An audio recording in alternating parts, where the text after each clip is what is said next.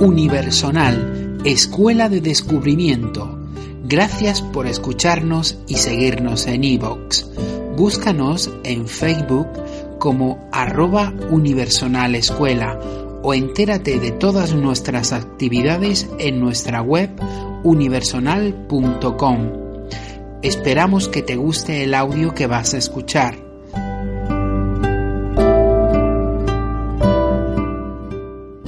Vamos entonces a comenzar con el desarrollo del tema principal de este encuentro, que son las enseñanzas desconocidas de Jesús de Nazaret.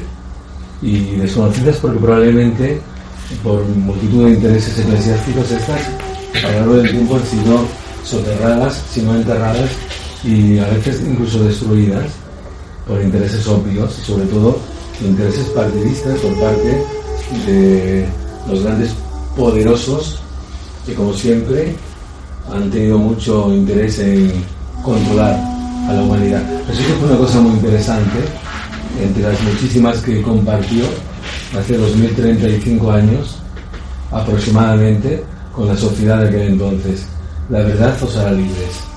La verdad es la metáfora de la información y el conocimiento y la sabiduría, aunque esta tiene otro tipo de significaciones, pero lo cierto es que la verdad no se puede hablar de una verdad divina porque no podemos conocerla, ni siquiera aproximarnos a ella.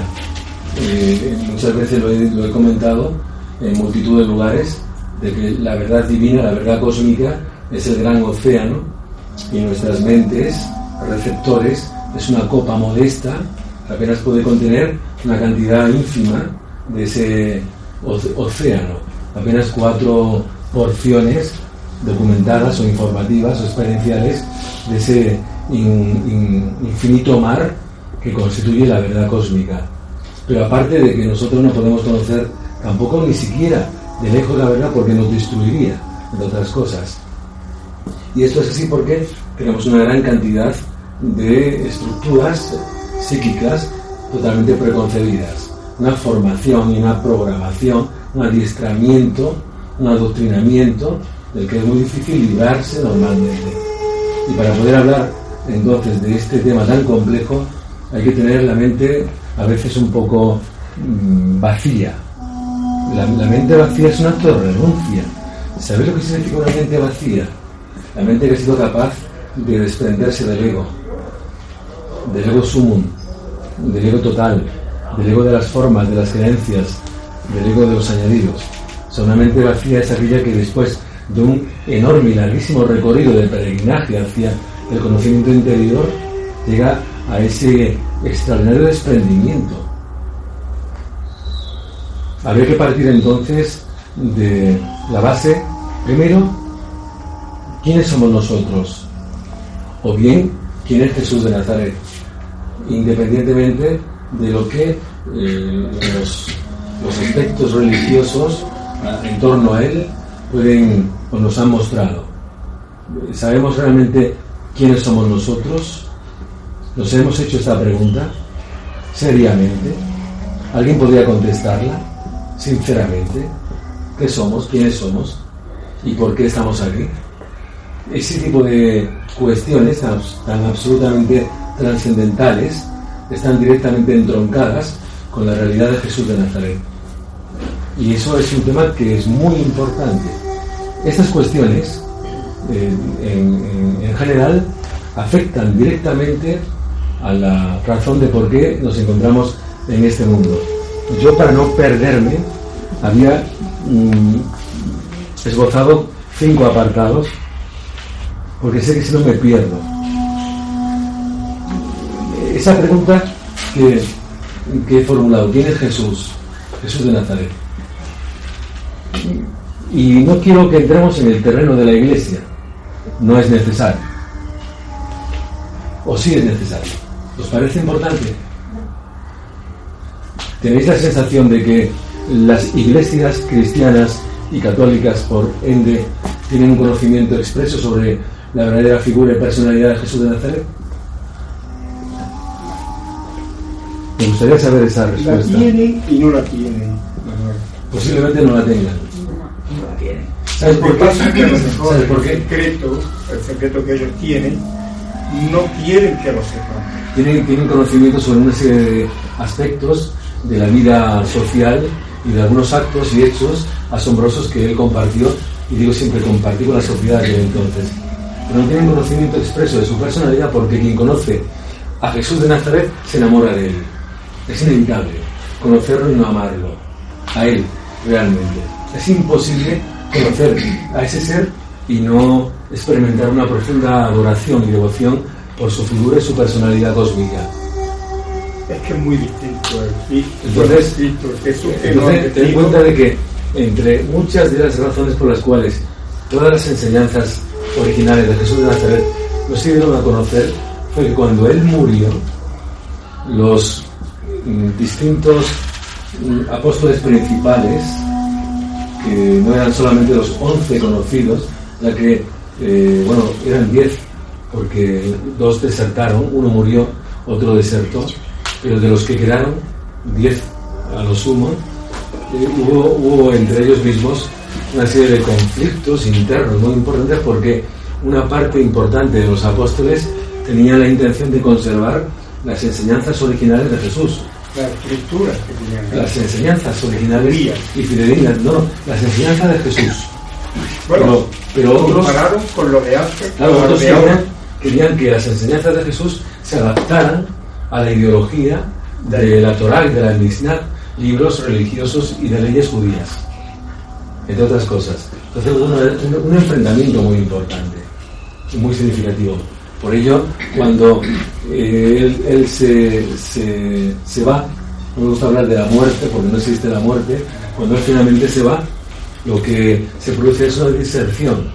Muchos se van y los que quedan en Israel constituyen la primera iglesia, con una serie de estructuras ideológicas y de pensamiento totalmente alejadas del mensaje original. Entre otras cosas porque los judíos eran y son muy nacionalistas, absolutamente orgullosos de sí mismos, de su pueblo. Y Jesús comete una serie de errores de forma muy importantes que hacen que ellos no vean interesante que eso se conozca. Por ejemplo, Jesús empodera a la mujer desde un punto de vista imperdonable para la sociedad judía de aquel entonces. De hecho, la comunidad de discípulos y no de apóstoles más numerosa eran mujeres y la más minoritaria eran varones. Eso no se habla, eso no se menciona, no interesaba. De hecho, Pedro, uno de los principales responsables administrativos y dirigentes de la iglesia, era misógino, odiaba a las mujeres. Nunca ha habido una mujer papa, ni podrá haberlo. Antes de responder a esta pregunta, ¿quién pensáis que es Jesús de Nazaret? Sinceramente, me gustaría saber cuál es vuestro concepto sobre él. Lo que sí sabemos es que es el Hijo de Dios, de Dios Padre, ¿no? Él es el Hijo de Dios. Él es el Hijo de Dios. Luego ya lo demás se interpreta. ¿Cómo lo interpretas eso? Pues ese ser superior, el ente superior que lo rige todo, él creó a su Hijo y lo mandó aquí a Jesús, ¿no?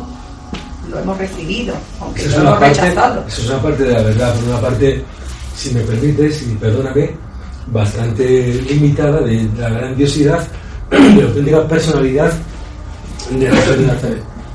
Pero lo que sí es cierto es que en gran medida lo que tú has expresado responde, aunque limitadamente, muy limitadito, pero por el hecho de que la Iglesia no ha sabido ni sabe realmente ciertos aspectos secretistas por parte de él. Cuando miramos de noche al cielo, cuando miramos de noche a las estrellas, lo que vemos es una parte siquiera esquinada de nuestro universo. Una parte es que nada, apenas contemplamos una mínima refracción de un cúmulo de estrellas que ni siquiera responden a la totalidad de lo que hay en la Vía Láctea, que es la galaxia principal de este universo nuestro. Pues todo eso que estamos observando de noche es la creación de este ser, de Jesús de Nazaret. Yo creo que Jesús de Nazaret es vida y es dador de amor. Es una de sus debilidades. Un creador de amor. Una de sus debilidades. Sí, pero cuidado.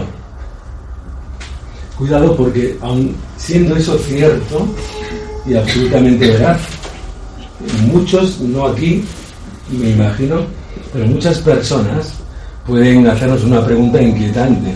Si Jesús es el Dios de la vida y el Dios del amor y el Padre de la creación, ¿por qué tanto Él como otros seres divinos de origen más superior, y los hay, permiten que ciertos acontecimientos estén constantemente desestabilizando la realidad social en este mundo e incluso en nuestra propia galaxia?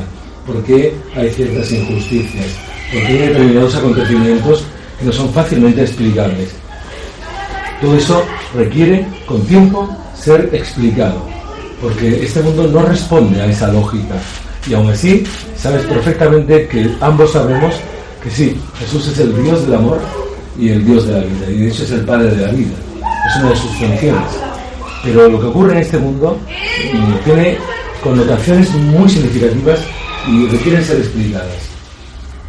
Sigamos con la descripción de este propio universo, que es uno de los muchos existentes. Es un universo relativamente pequeño, aún así tiene distancias infinitas y una consideración muy especial. Y este universo es una creación directa de Jesús de Nazaret.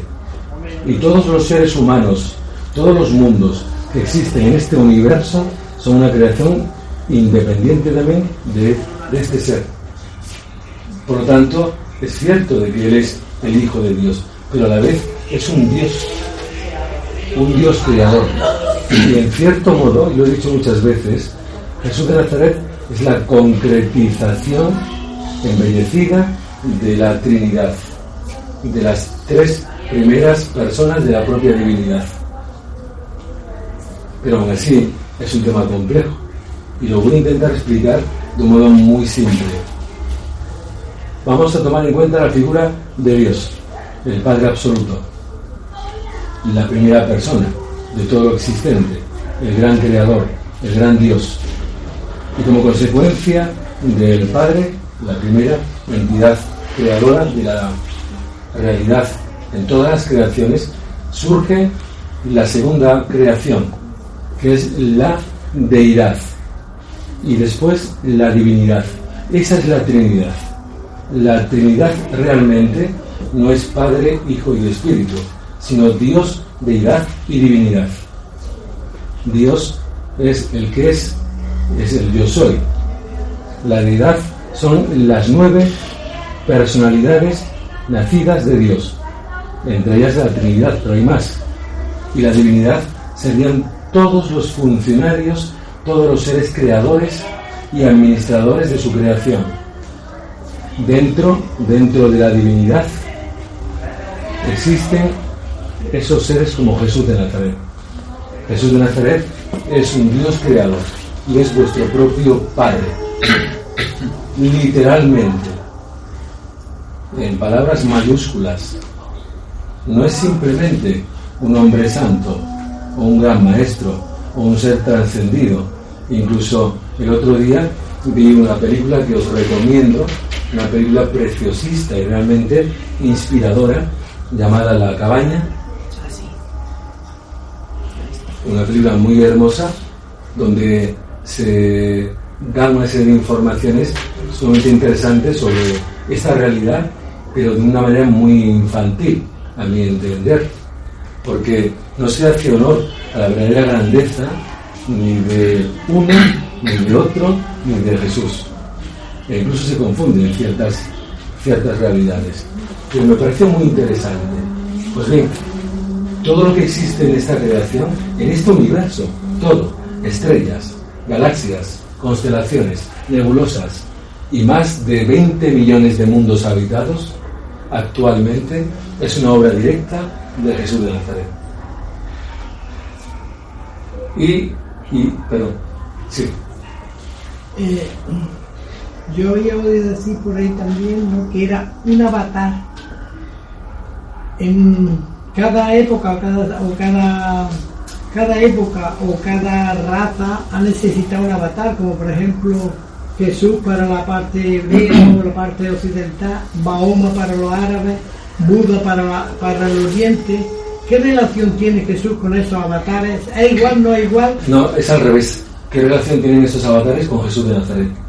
Una relación absolutamente ministerial, en el sentido de que ese tipo de personajes a lo largo de la historia han sido pues funcionarios de los que yo he hablado anteriormente, dentro de la divinidad.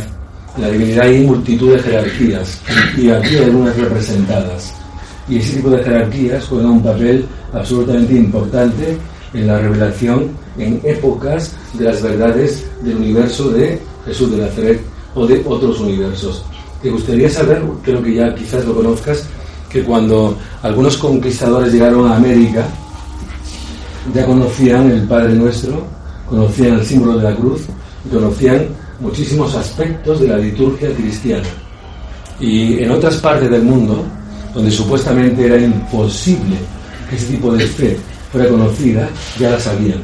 Sabían porque, de alguna manera, la divinidad se había encargado a lo largo del tiempo y se ha encargado de enviar diferentes funcionarios a muchas partes del mundo para llevar ese tipo de enseñanzas y mensajes, independientemente de la reinterpretación que muchas veces los demás han hecho o hemos hecho de tales enseñanzas. Pero la edad de Jesús de Nazaret, exactamente, y aquí entro en un terreno absolutamente personal, que es de 400.500 años, la edad de Jesús de Nazaret. Es decir, es una edad previamente anterior al nacimiento de nuestro universo. Este universo, como decía anteriormente, es una creación directa de Jesús de Nazaret. Jesús de Nazaret es una personalidad trinitaria, no es un ser avatar. Aquí hay avatares, aquí hay seres ministeriales, seres que tienen una labor de instrucción planetaria muy importante, aunque algunos no se den cuenta de ello todavía, no sean conscientes. Y es muy lógico y obvio que resulte difícil que muchos de los que están aquí presentes no tengan facilidad para poder reconocer su identidad. Recordemos que Jesús de Nazaret tardó solamente 30 años en recobrar su divinidad, en llegar a entender que Él era el Dios de este universo y Padre de las humanidades existentes en Él. Es por eso de que Jesús de Nazaret jamás, a raíz de que recuperó su divinidad, experimentó, si es que acaso la experimentase, ningún tipo de tentación sexual o parecida, porque como padre moralmente equilibrado no sintió ninguna sensación sexual y sensual acerca de sus hijas o hijos. Como padre moralmente equilibrado, que además por más señas era un Dios en todas las dimensiones, no desde el punto de vista figurativo. Si bien anteriormente a su descubrimiento divino él no tuvo tiempo, no tuvo oportunidad de entablar relaciones sexuales o sentimentales con señoras o señores, independientemente de las concepciones personales de cada uno, si él no pudo, por razones muy interesantes, cuando él llega a esa edad, como os ha pasado a vosotros en un momento determinado de vuestras vidas, en las cuales por meditación, por búsqueda, habéis descubierto a vuestro Dios interno, habéis descubierto vuestra divinidad. Él descubrió que Él era una divinidad. Perdón. Nosotros descubrimos que somos hijos de la divinidad. Él descubrió que Él era una divinidad. Y Él descubrió que además todo este universo era su reino. Y Él lo dijo: yo soy un rey, pero mi reino no es de este mundo. Mi reino es el universo. Pero no puedo explicarlo por motivos muy obvios, porque seguramente no lo hubieran entendido ni también eso hubiera precipitado antes su destrucción. En aquel entonces, hablar directamente en primera persona de Dios era motivo de pena de muerte. Y él lo hizo muchísimas veces y por esa razón, en más de una ocasión, tuvo que huir corriendo de sus captores para evitar que su muerte se precipitara.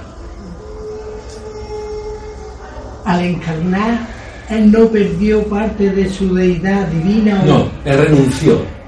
Antes de encarnar, él renunció a toda su divinidad para intentar llegar a una experiencia humana íntegra y natural como la de cualquier otro ser humano. Él tuvo dificultades muy importantes para poder encarnar, porque necesitaba esta experiencia humana. La necesitaba. Él tuvo anteriormente experiencias previas donde tuvo una serie de relaciones personales con jerarquías muy importantes. Durante más de 45.000 años, él estuvo experimentando diferentes planos y dimensiones en su universo. Y estuvo en contacto durante un tiempo con órdenes como los querubines, o como los tronos, o como los Borondandex, o como los Lanonanders, o los luciferianos. Diferentes órdenes. Y de ese modo conoció todo su universo. Pero le faltaba la orden más inferior, la más primitiva, la orden de los seres humanos. ¿Eso es lo que se llama entonces bajar al infierno? No, eso es un mito de la religión, de las iglesias. Los infiernos no existen más que... Sé a lo que te refieres, pero he de ser honesto con lo que yo quiero transmitir. No hay en el universo nada, ni por asomo, que se parezca a ningún tipo de infierno. Tal cosa no existe. Piensa que la capacidad creativa y arquitectónica de los dioses es con creces infinitamente más superior a la de cualquier poeta o escultor del mundo. Miguel Ángel se queda en babuchas al lado de estos seres capaces de crear realidades inconcebibles para la mente humana. Fuera de este planeta, cuando dejes este mundo, gracias a la muerte, que es una gran oportunidad de experimentar la vida real, cuando por fin mueras, vas a darte cuenta de que lo más hermoso de este mundo que tú puedas ver es un auténtico estercolero al lado de mundos que aún así son muy horribles al lado de otros mundos que siguen superando a los anteriores. Y suma y sigue, y suma y sigue. No tenemos ni idea de las grandes bellezas que aguardan al ser humano. Pero lo que sí es cierto es que cuando él decidió finalmente encarnar aquí, lo anticipó miles de años antes de que ocurriese tal acontecimiento. Por esa razón ha habido profetas, como se dice en el Antiguo Testamento, y hablaban de que llegaría un hijo del cielo. E incluso se hablaba de que llegaría a Belén, que nacería en Belén.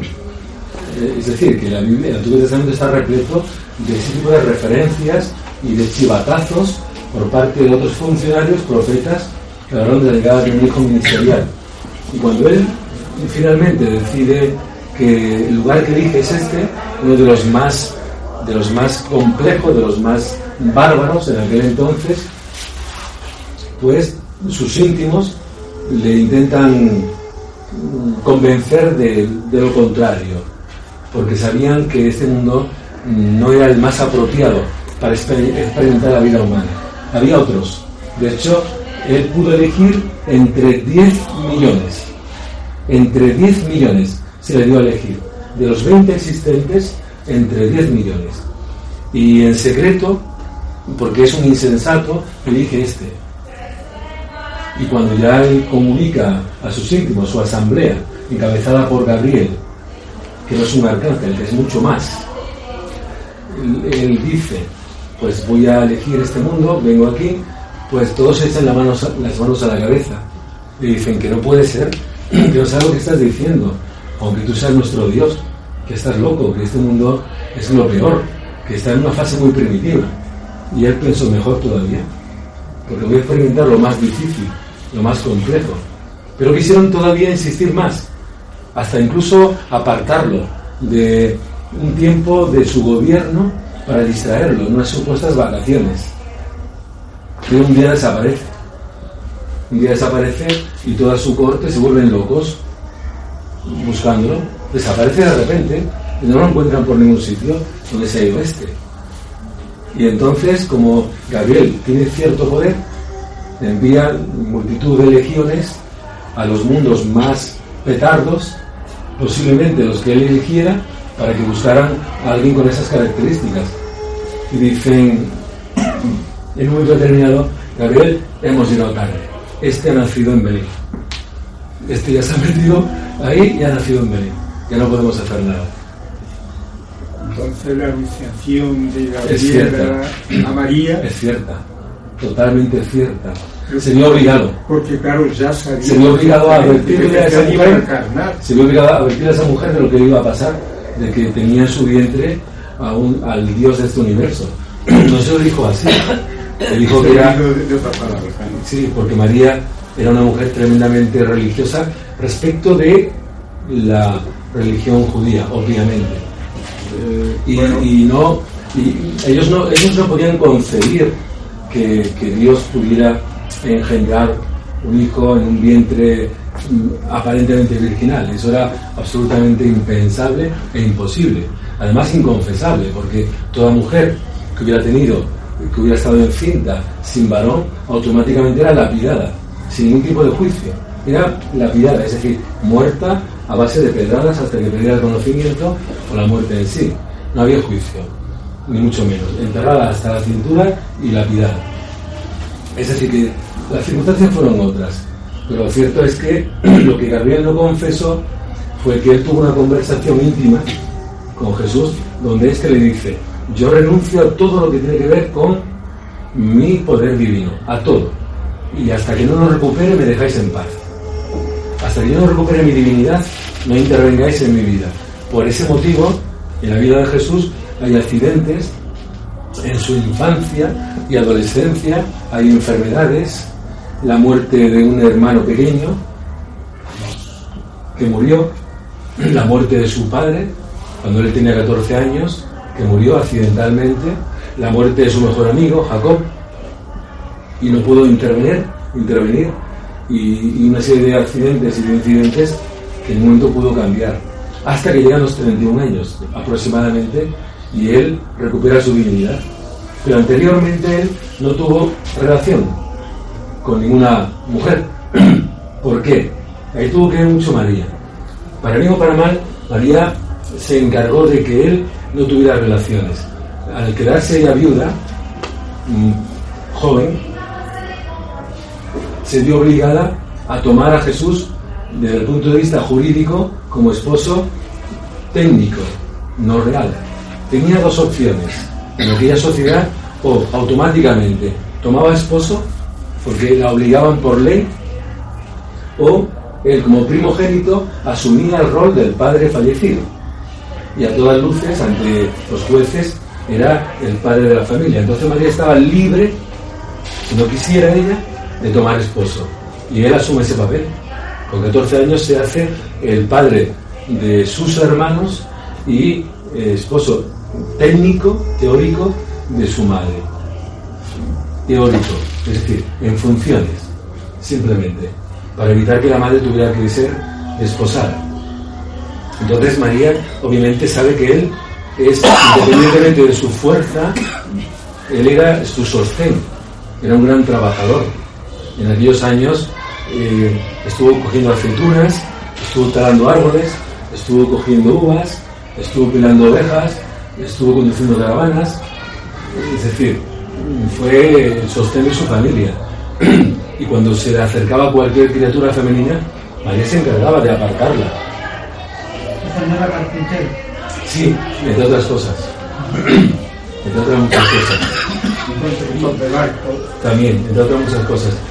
Por eso era muy difícil para él, dada la responsabilidad que asume ante su padre fallecido y ante su madre. Y cuando él realmente empieza a madurar, que es lo que quiero que entendamos, cuando él empieza a madurar, yo al madurar, bueno, no he madurado, pero bueno, cuando yo pensaba que estaba madurando, yo estaba buscando respuestas a mis grandes inquietudes, las que sean. Cada uno tiene las que son. Las inquietudes de él eran que intuía que era un ser divino, hasta que descubre que es verdad. Quiero que entendamos de que sus inclinaciones sociales, espirituales e intelectuales eran ligeramente diferentes a las de la mayoría. De que él tenía dentro una serie de ayudantes que sutilmente le iban orientando hacia el descubrimiento de su divinidad, sutilmente. Recuerda que tú. Por eso se apartaba tanto, a meditar en silencio, hasta que finalmente descubre su divinidad, y entonces una legión de ángeles se le ponen de rodillas y dicen: ya estamos aquí para llevarte. En ese momento, en ese instante que él recupera su divinidad, le dijeron: ya puedes irte, ya estás libre, ya has conquistado este mundo. Y él dijo: no, ahora va a empezar mi tarea. Y hizo algo que ni Gabriel ni nadie se esperaba. Hizo la mayor locura: entregarse a los hombres, entregarse a la sociedad, sin ningún tipo de ayuda extraordinaria, entregarse a la sociedad de una forma totalmente como cualquiera de nosotros. Él no contó con ninguna ayuda. De hecho, he de confesar que muy pocas veces él curó, él hizo milagros, muy pocas veces, porque él renunció a su divinidad. Lo hicieron los ángeles que estaban con él, porque tenía tanta compasión Jesús, sentía tanto amor por los humanos, que cuando él veía ciertas situaciones, sencillamente se derrumbaba llorando. Entonces sus ángeles, compadecidos por su maestro, creador, decían: vamos a ayudarle. Y eran ellos los que manipulaban genéticamente el ADN humano para modificar molecularmente cualquier estructura, cualquier patología, cualquier discapacidad, cualquier anomalía. Y lo hacían ellos. Él pocas veces. Él hizo 4 milagrillos. Resucitó a Lázaro y 4 cosillas.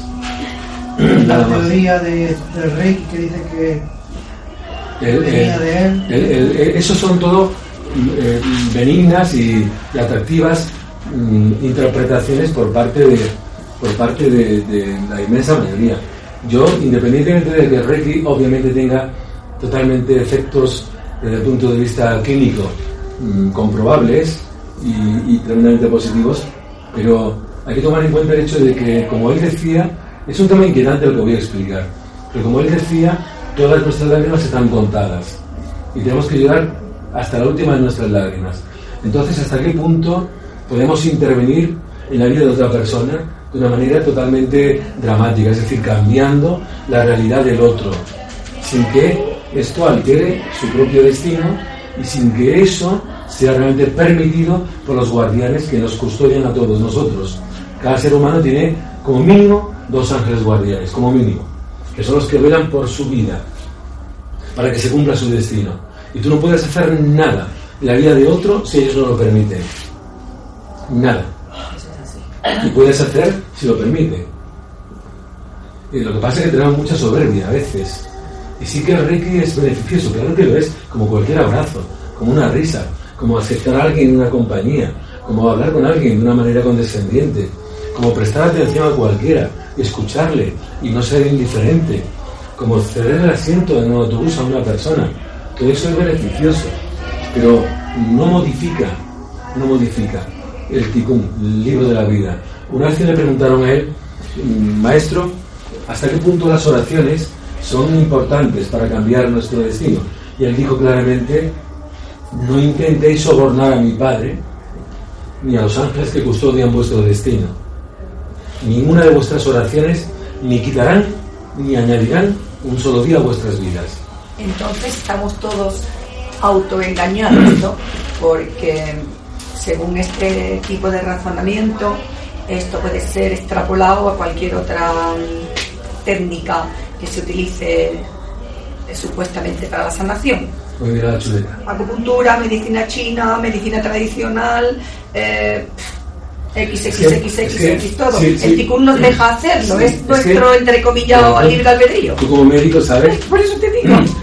Es que ahí hemos creído que podíamos hacer determinadas cosas. Hay una serie de telas. Mira, yo creo que existe la enfermedad y las enfermedades. Sí, la enfermedad no existe, estoy empezando por ahí. Pero la enfermedad es la ausencia de equilibrio en el ser humano. Eso sí. Es una anomalía del ser. Eso sí. Y como consecuencia de la enfermedad, entre comillas, existen las enfermedades que son ramificaciones sintomatológicas y clínicas de esa enfermedad, que es el estado de desequilibrio en el ser humano. Pero ahí los neuropéptidos cerebralmente tienen mucho que hacer. Es decir, los neuropéptidos son neuronas cargadas con una serie de proteínas que, en base a nuestros pensamientos y emociones, modifican bioquímicamente nuestra realidad orgánica diariamente. Al pensar bien o al pensar mal, estamos dibujando en el mapa en blanco de nuestra realidad un estado de conciencia y un estado de bienestar o lo contrario, permanentemente. Eso es la forma en que nosotros nos gestionamos personalmente. Lo que hemos de vivir, hemos de vivirlo. Michuleta dice que de Jesús, que de alguna forma lo hemos hablado, en cierto modo, porque lo que sí quiero que entendamos es que Jesús es nuestro Dios creador, literalmente. No es, ni tiene nada que ver con las iglesias, aunque ellas se hayan apropiado de su persona y de su mensaje, falseado, totalmente ensombrecido.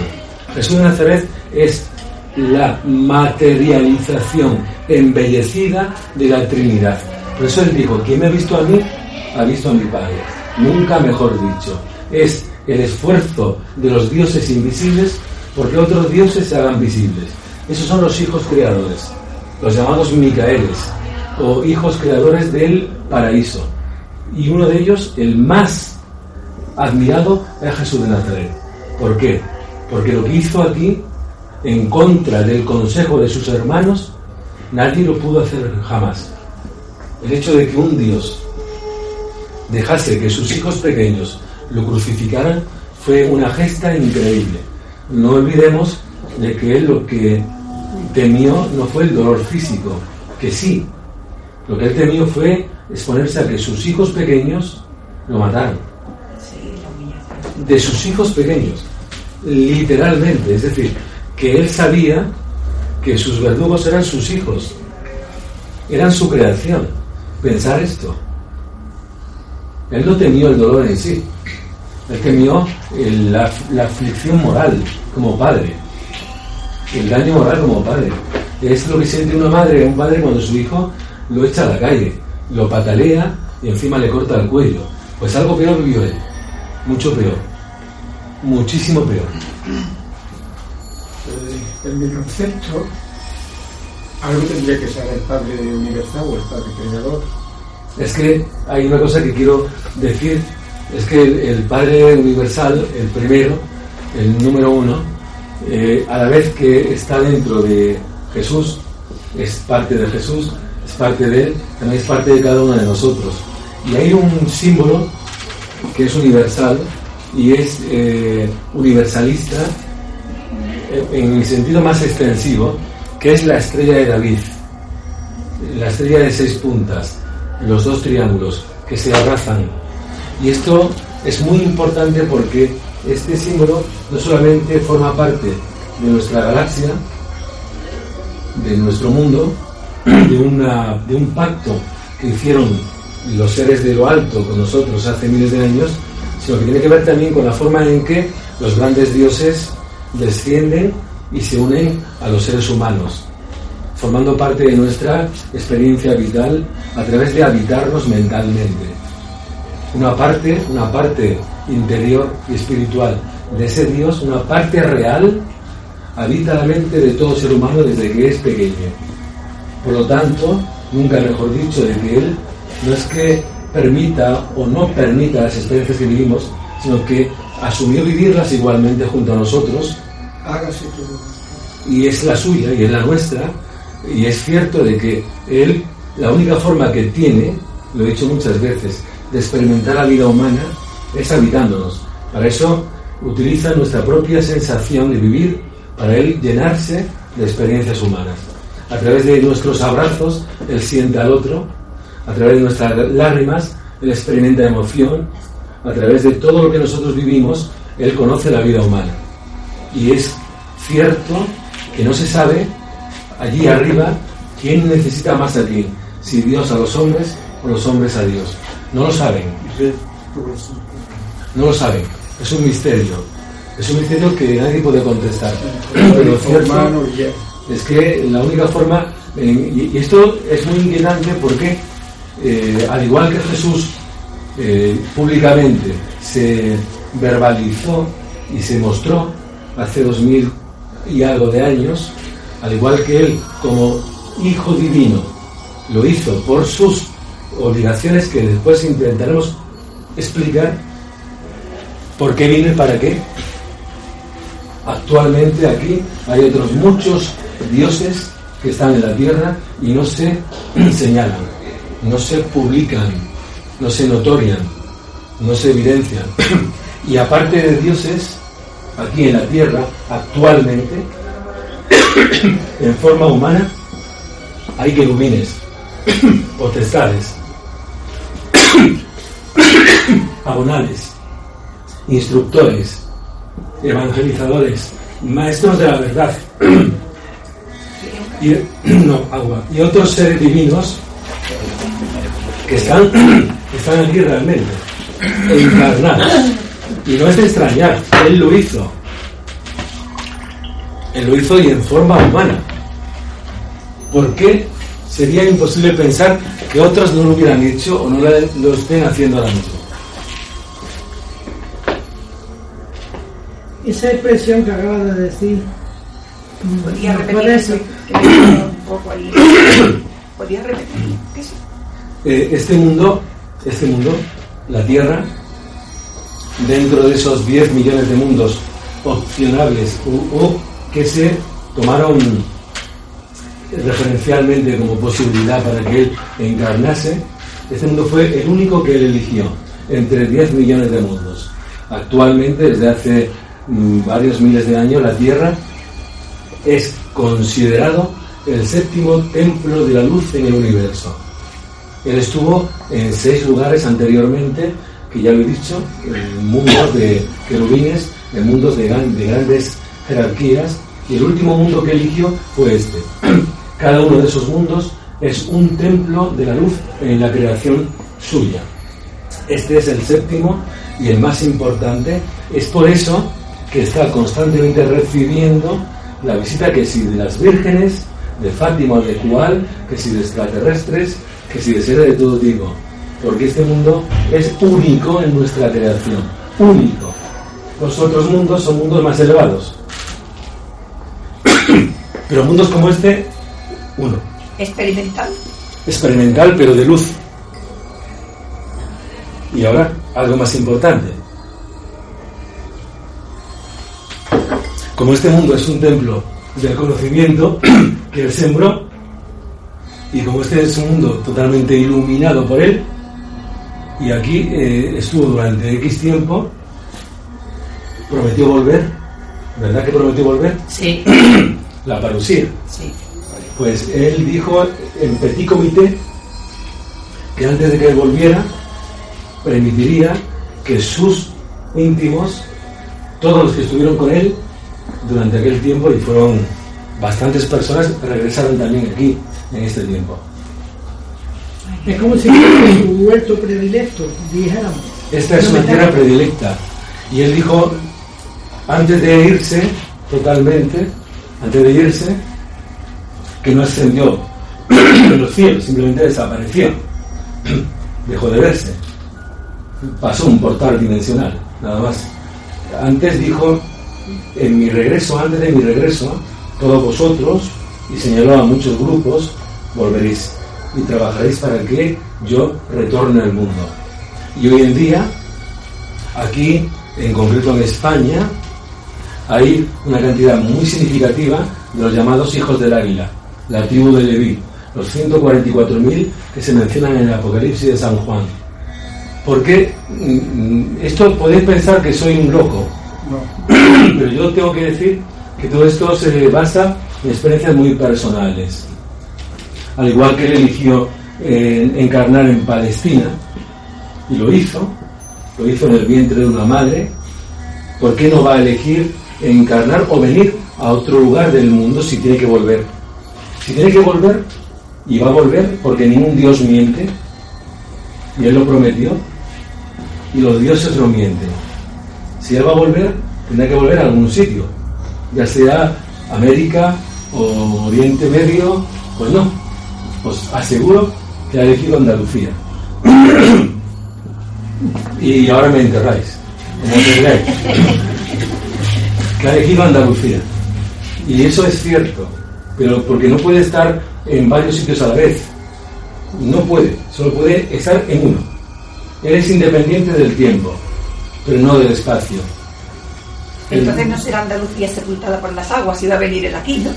Una parte de las costas sí. Sí, Una parte de las costas sí. Una parte de las costas sí. Y una parte importante sí. Pero de todas formas da igual. Eso es otra cuestión muy interesante. Pero lo que sí es verdad es que yo, no ya hablar por mí mismo, sino por lo que yo intuyo de vosotros, de muchos de vosotros, como desde vuestra infancia habéis notado ese tipo de sensaciones, ese tipo de experiencias y de certezas, de estar muy vinculados a Él y de estar aquí por Él. Lo que pasa es que somos tercos y duros de mollera y no creemos fácilmente.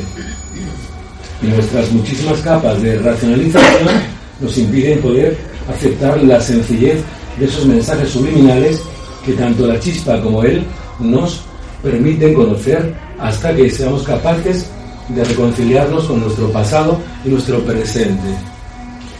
La expresión esa que has dicho antes, perdón, el verbo se hizo carne, se verbalizó. ¿El verbo? ¿Qué significa el verbo? ¿Qué connotación tiene? Sí, la única connotación del verbo es la cuarta persona de la Trinidad, que es el infinito, o el Espíritu infinito, y no la tercera, que es el Espíritu Santo, porque son cosas distintas. Y es la materialización física de la voluntad del segundo, que es el Hijo Eterno, o segunda persona de la Trinidad. El verbo es la expresión de la primera, el pensamiento, el sentimiento y la voluntad. El segundo la verbaliza y el tercero la materializa. El cuarto la comparte con la creación.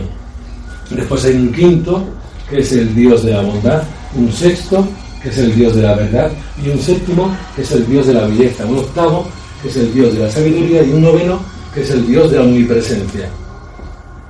Esa es la deidad, los 9 dioses.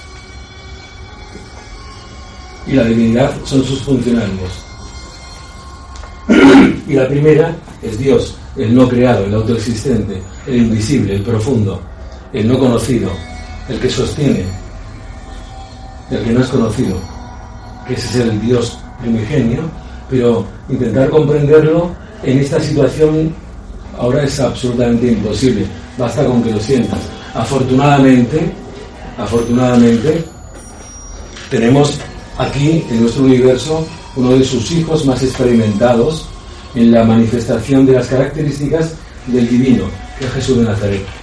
De hecho, sus otros hermanos, tus tíos, le piden consejo a él.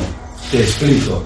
En la creación del primero, de Dios el absoluto, existen actualmente, por ahora, 700.000 universos. Por ahora.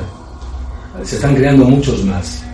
Y cada uno de esos universos es creado por un hijo de la Trinidad, un Micael. El nuestro, que se llamó aquí Jesús de Nazaret, es uno de los mayores, de los más sabios y de los más queridos.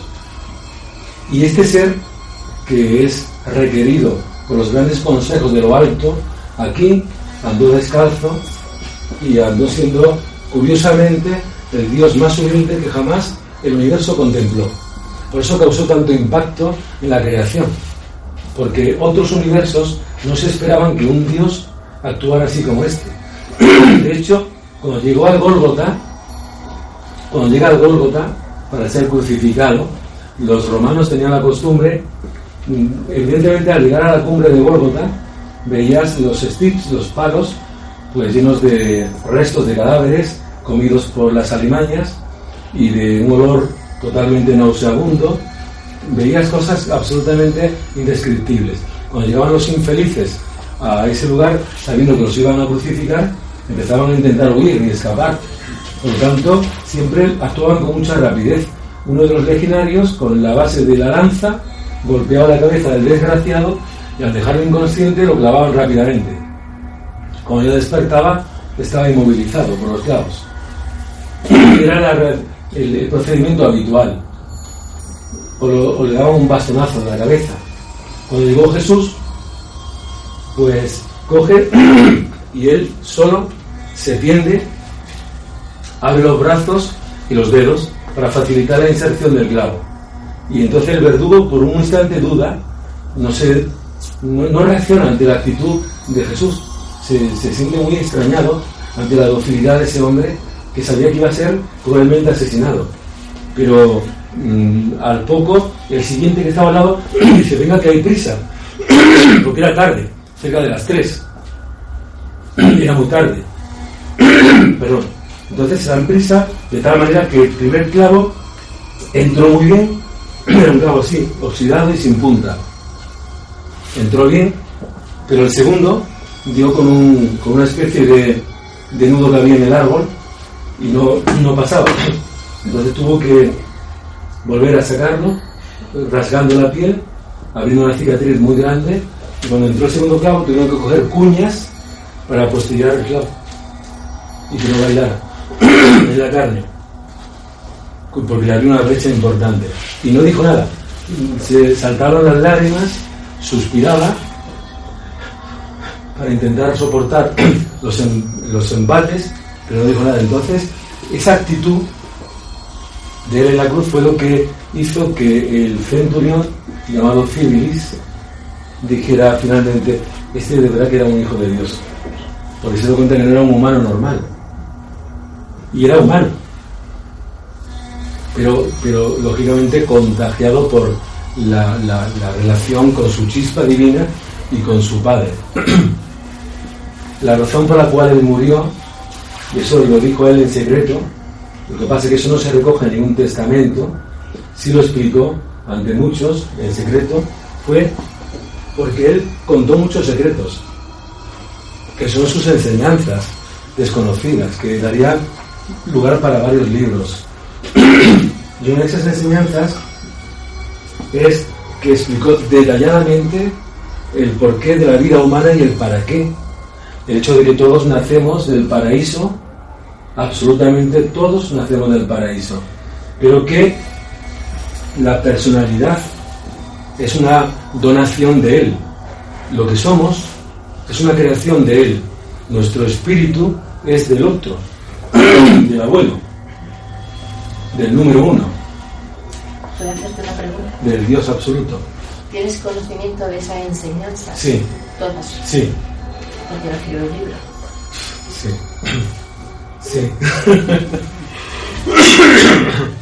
Sí.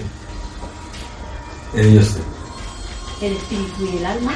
El espíritu es una creación directamente del Padre. ¿Y el alma? El alma es una creación conjunta y totalmente voluntaria entre tu personalidad y la chispa divina. Una creación conjunta y consciente, es decir, todos nacemos sin alma, pero con ese espíritu que es la sangre de Dios. Es que no lo puedo explicar de otra manera. Es la vida. ¿La mente? La mente es una creación del espíritu infinito. Hay gente que muere sin alma. Sí, pero todos tenemos una segunda oportunidad, y una tercera, y una cuarta, y una quinta. Se me pierde el número. Y infinitas oportunidades. El morir sin alma puede ser también involuntario, ¿no? Generalmente hay una cosa que se nos escapa, es que tendemos muchas veces a humanizar a Dios y tratar de vincularlo al procedimiento jurídico y ético de nuestras propias tradiciones religiosas o escuelas jurídicas. Y Dios no es un ser humano. Y de hecho, Dios nunca interviene. En todos los universos hay un tribunal de justicia. En los grandes universos hay otro gran tribunal de justicia llamado los 24 ancianos. Y son ancianos no porque sean señores de edad, sino por su gran sabiduría.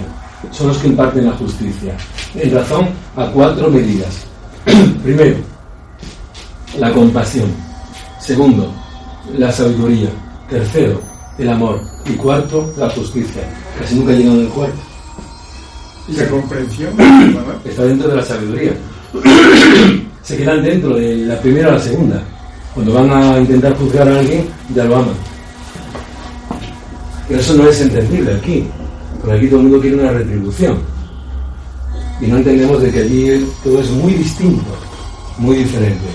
Lo que iba a decir de las enseñanzas de él en torno a la muerte es que explicó, aunque no lo entendieron claramente, de que el espíritu que nos constituye, nos conforma, la sangre de Dios, la vida, la esencia, la vida no es un hecho bioquímico, la vida no está en la sangre, la vida no está en los tejidos ni los huesos, la vida no está en el tiempo ni en la sociedad, no está en las formas. La vida es algo intangible, algo que ni siquiera conocemos realmente, pero que sentimos. La vida no es el tiempo, ni los años, ni las canas. La vida es, entre otras cosas, la inmortalidad, dijo él, vuestra propia infinitud, porque sois hijos de mi Padre, y por lo tanto sois eternos. Y lo que yo tengo en semejanza con él son genes inmateriales que me hacen inmortal como cada uno de vosotros. Al igual que yo tengo genes de mis padres biológicos y me hacen semejante a ellos, tenemos genes de él, del abuelo, y los hizo a su imagen y semejanza. Esa es la vida, o el espíritu, como queramos tomarlo. Pero eso nos hace inmortales. No hay nadie y nada que nos pueda quitar la vida. Amén de que nuestro cuerpo tenga que dejarse aquí y seguir el viaje nosotros hacia otros mundos. Pero la vida es indestructible, porque es una creación del Padre. Y nadie tiene autoridad sobre ella, nadie. Ni se debe de quitar. La personalidad es una donación de Jesús de Nazaret. La mente es una creación temporal que otorga el Espíritu Infinito, porque la mente es una especie de receptáculo para albergar elementos de conocimiento como la inteligencia, como el conocimiento, como la sabiduría, y también para albergar otro increíble regalo que es la memoria. Están dentro de la mente, temporalmente. Cuando la persona fallece, la mente desaparece, se queda aquí junto con los huesos, y la memoria, el conocimiento y la sabiduría adquiridas se integran en la personalidad e identidad del individuo, y esta personalidad en el espíritu que le asiste. Sin embargo, no borra la memoria cuando firmamos. Aquí. Aquí. Solo aquí. Allí recobras mucho más que tu memoria. Recobras tu vida uterina. Recobras tu vida totalmente desde el primer momento, incluso el momento cero, antes de llegar a este mundo. De hecho, la muerte permite un estado mental de claridad increíble. Bueno, mental no, porque no hay mente. Ahí es conciencia. No tenemos mente, es conciencia, es memoria pura, es personalidad, identidad y conciencia integradas en la personalidad, y esta en el espíritu, nuestra vida interior. Pero como tú decías, no todo el mundo llega aquí a poseer esa alma.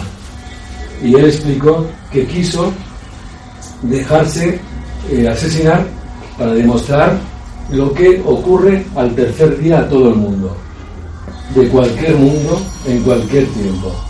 Todo el mundo, absolutamente, al tercer día de su muerte física, es resucitado en las antesalas de los llamados mundos de estancia o casas de la luz, que es el primer destino tras la muerte, no el único, sino el primer destino que conoceremos tras la muerte física. No queda mucho tiempo, habrá que hacer una segunda o una tercera reunión, pero la muerte, me gustaría mucho incidir en esto. La muerte, a pesar de su mala fama, es una oportunidad increíble, es un invento del Padre para poder inmediatamente liberarnos de esta experiencia tan densa y catapultarnos a una forma de vida increíble, más física y consciente que aquí, en un mundo más material que este y más real que este. La voluntad es principalmente la unión que tenemos con la voluntad, con la divinidad. No, la voluntad no, el deseo. La voluntad es posterior. El deseo, el anhelo, es primero. Siempre la necesidad del Hijo por encontrar al Padre.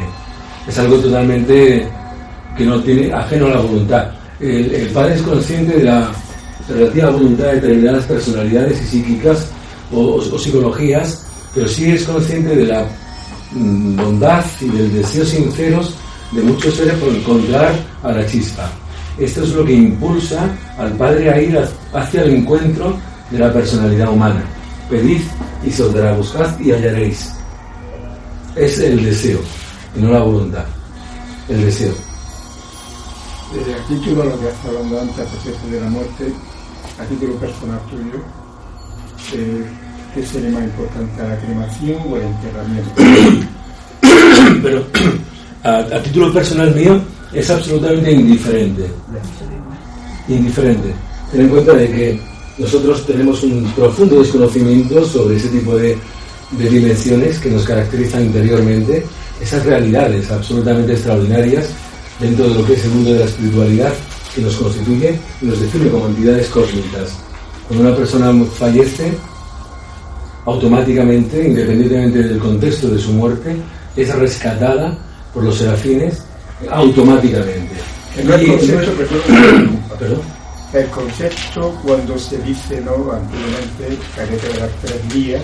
Sí, pero el concepto de nuestro tiempo. Ese concepto viene precisamente como recordatorio de los 3 días que estuvo Jesús en la cripta, entre comillas, y al tercer día pues resucitó. Y de una forma piadosa las tradiciones a lo largo del tiempo han preservado ese respeto y esa costumbre. Después, más adelante, por temas médicos. Sí, porque los médicos. Más adelante. ¿Qué ibas a decir? Sí, que por ejemplo te entierran, te hacen la cremación, no importa que tenga, lo digo, lo sabes, por el cordón plateado, ¿no?, cuando se vincula del cuerpo físico a la tierra. Independientemente de ese tipo de teorías, sí, piensa fundamentalmente y en principio, y para acabar con cualquier tipo de disquisición, que el Padre y todos los hijos creadores son, en primer lugar, padres, y en segundo lugar podrán ser dioses, regentes y soberanos, pero en primer lugar son padres. Y que los padres humanos, las madres humanas, son una sombra limitadísima del carácter amoroso de estos padres divinos. Y aún así los padres humanos son capaces de dar su vida por sus hijos. Piensa esto y deja lo demás a un lado. Que independientemente no tiene ninguna importancia. Nada. Ni hay bajos astrales, ni hay posibilidad de que te pierdas. Sí, entre otras cosas, entre otras cosas, si por ejemplo la divinidad, el gobierno de Dios es la omnipresencia y está en todo, ¿dónde te vas a ocultar de él? No. ¿Dónde te vas a esconder? ¿Te vas a perder? Es que él está en todo. Es más, es que está en ti. Sí. Es que cuando tú fallezcas, él sigue contigo. Y él es el que parte junto a ti y esos serafines hacia los mundos de estancia o mares de cristal. Lugares que al verlos te vas a impresionar. No te vas a creer que eso existe, te lo advierto. Y algún día lo veremos allí. Sí. Afortunadamente. Y yo de hecho no es casualidad de que esté aquí hoy. Yo los conozco. Y esos lugares son increíbles. De hecho, están creados de tal manera para que muchas personas que no son capaces de creer ni de amar, ante el impacto de tanta belleza, de repente cambian. Amén de que la muerte impresiona, y la resurrección más. Es que renacen, resucitan, vivos, dentro de un cuerpo físico como el tuyo con 30 años. Sí, cierto. ¿Sabes? Que es tu cuerpo con 30 años, pero dentro está el hombre que murió con 90 y tantos. Con toda su memoria, todos sus recuerdos, toda su identidad. Y para más colmo, ves a tu familia, ves a los tuyos, que te dicen que esta es la auténtica vida, que te han engañado, que aquí no se ha contado la verdad. De hecho, la película, incluso la primera vez con el amigo José Antonio, Astar City, la de Chico Javier, ¿no?, que la película. No. Está muy bien. ¿Cómo se titula? Chicos, Astral City. Astral City. Bueno, ahí te da una explicación más o menos, ¿no?, cuando pasamos al otro lado, ¿no?, a través del Chico Javier, que era un medium brasileño. Sí, quién es Chico Javier. Lo sé, lo que pasa es que no he... Sí, que no has tenido conexión y bueno, que no has tenido... No, porque yo siempre he tenido una relación más con estos seres. Ya lo sé. Desde pequeño. Y ha sido ahora que hace un tiempo me he decidido a hablar abierta y públicamente de todo ese tipo de experiencias y de informaciones relacionadas con mi vivencia con estos seres de otros mundos. Hasta hace poco no quería hablar de ello abiertamente, pero yo creo que dada la situación actual y todo lo que está ocurriendo, creo que es muy importante compartir información y que cada uno pues pueda decidir por sí mismo qué es importante para poder reorientar su vida y sobre todo empezar a tomar decisiones, porque este siguiente año, el año 2020, va a ser el año de las grandes decisiones. De eso ya está ocurriendo el sistema político. Van a afectar a nivel individual, a nivel global y planetario. Y lo que ocurra en este año, desde el punto de vista de esas decisiones, va a determinar acontecimientos que se prevén que puedan ser o bien muy catastróficos o bien algo secreto de lo que nunca he hablado tampoco, nunca, en una última comida que él compartió con algunos, habló de el plan secreto de la misericordia. ¿Podrías hablarme un poco de él? Esto es un tema que tiene una doble... es un arma de doble filo, porque si bien se sabe perfectamente de que este mundo posiblemente pueda tener que enfrentarse a acontecimientos catastróficos para poder experimentar un cambio, por un lado, y se sabe perfectamente de que hay la posibilidad de que impacten no solamente ciertos grandes objetos celestes, eso es una realidad muy cierta, sino que además se pudieran producir algunos acontecimientos bélicos gravísimos. También es cierto que podrían acabar con esta civilización. Y de hecho, yo hace bastante tiempo, por parte de estos seres supe de que posiblemente el mundo podría experimentar una crisis, una tribulación de dimensiones incalculables en pocos años, que acabaría con casi 4.000 millones de seres humanos. Es muy poco tiempo, pocos años. Pero eso es lo que dicen estos seres, lo que dicen algunos administradores, lo que dicen ciertas personalidades cósmicas. Pero en secreto él contó de que, así a modo personal, de que este era el mundo, templo de la luz, que aquí estaba su familia, que aquí él tenía intereses patrimoniales y espirituales, que aquí había gente que él quería mucho, que aquí estuvieron sus padres, humanos nacieron aquí. Hay un plan B. Hay un plan B. Si llegamos a conseguir una cierta masa crítica, de aquí a menos de 6 años, una masa crítica determinada, no ocurriría ese acontecimiento catastrófico que provocaría durante 24 horas la muerte de miles de millones de seres humanos. Sí.